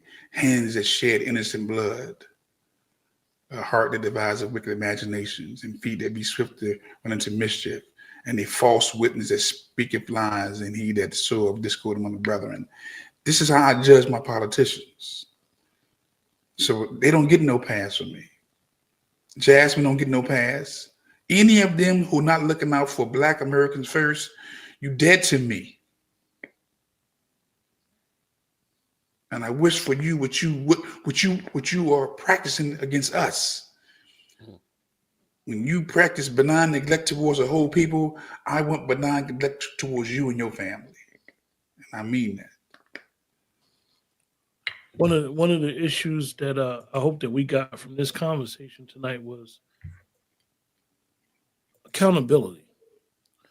And one of the things that we witnessed in November when 45 became 47 was a comeback politically, but a continued lack of unaccountability from the Democratic Party. And this is what happens when you have benign neglect towards your major voting base. Mm-hmm. We've traditionally voted Democrat for over 60 years, willingly, without even asking for tangibles. Now that those of us and the majority of us are starting to take a pivot and really look at why we've continued to vote and not ask for nothing, and then begin to ask for something, even in their loss, they have not been able to make an assessment of why they lost, instead blaming the boogeyman. And the boogeyman, and even in the boogeyman and blaming him, the boogeyman is not harming the group that they should have been protecting. The boogeyman is harming the group that they've been protecting over the group that they come from. So watch this. I'll say this. The psychology of the white folks is interesting because you got half of white folks or laying down their lives for them immigrants. They go all in. You got the other half of them on, they got to go back home. White folks are at war with white folks without even saying we at war. War for what? The heart of the nation. We're seeing a declaration of war upon other white folks against the friend of my friend. The friend of my enemy is my friend. You lost that battle. Now they're saying we're going to get rid of your enemy or your friend. Okay? And we're saying the same thing with Black America. The ones who can't see that they're in a war. Okay? See, I approach things from a warrior's perspective. Again, as many scriptures as I quote, and I don't consult preachers and ministers in times of war. Okay? And when you seeing this man saying, we gonna get y'all up out of here.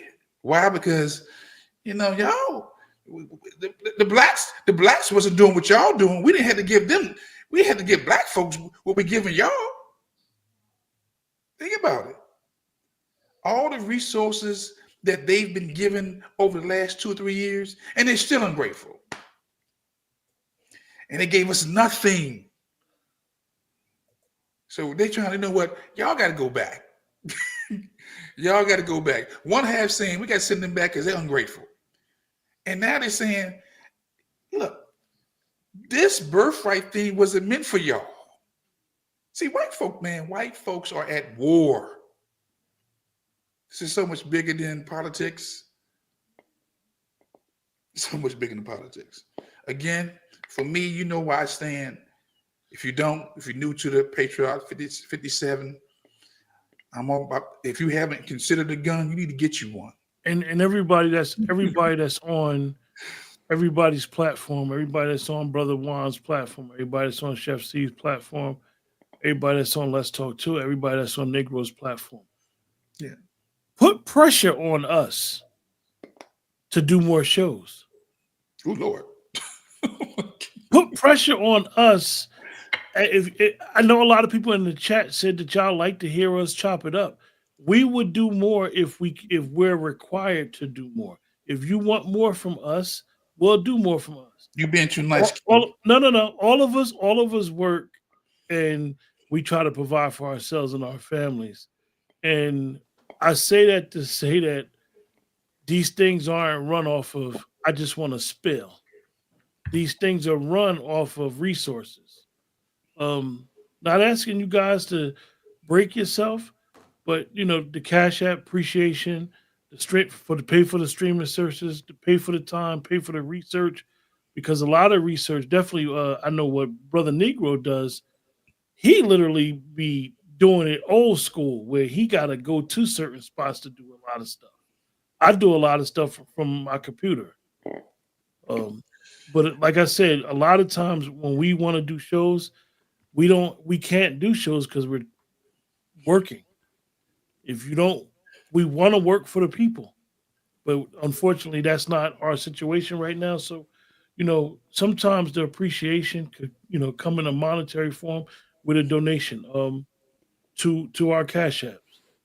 With that, everybody take care. And hopefully we'll be back to see you guys soon. Q, don't you hold it. You can't say what you said without me saying this.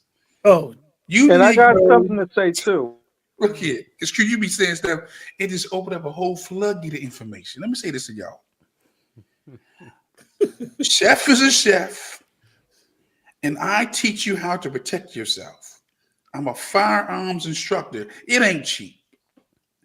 And when I come on these airways to give you some information, to give you my quality time, I think you need to appreciate it.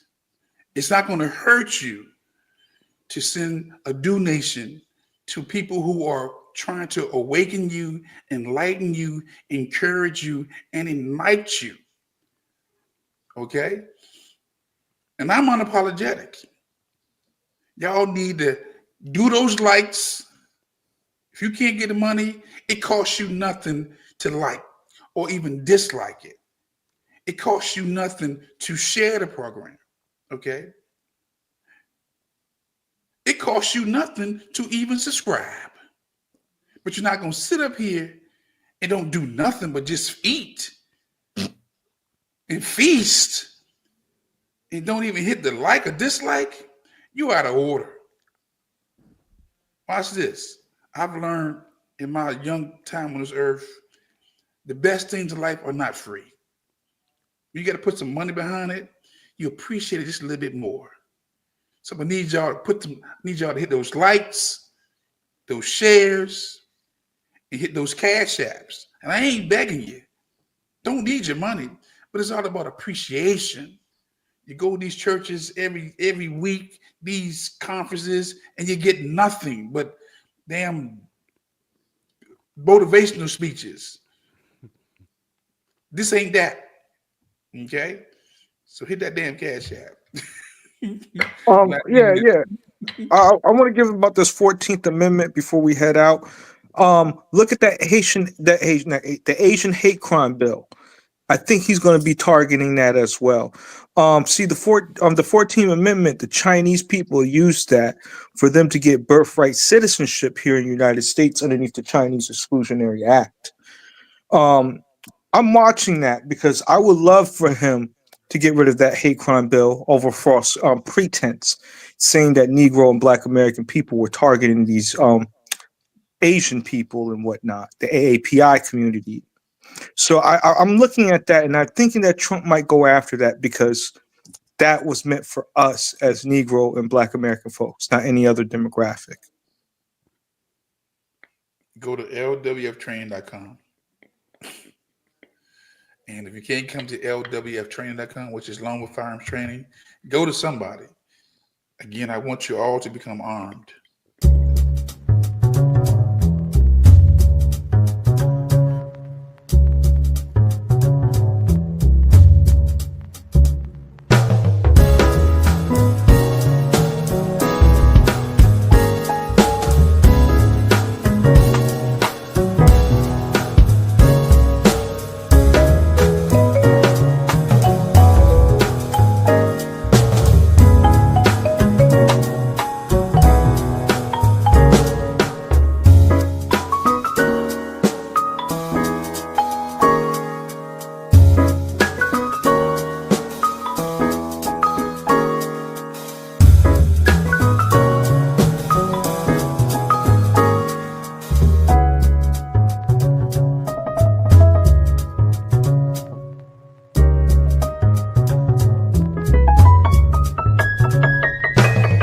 What have you done for me lately?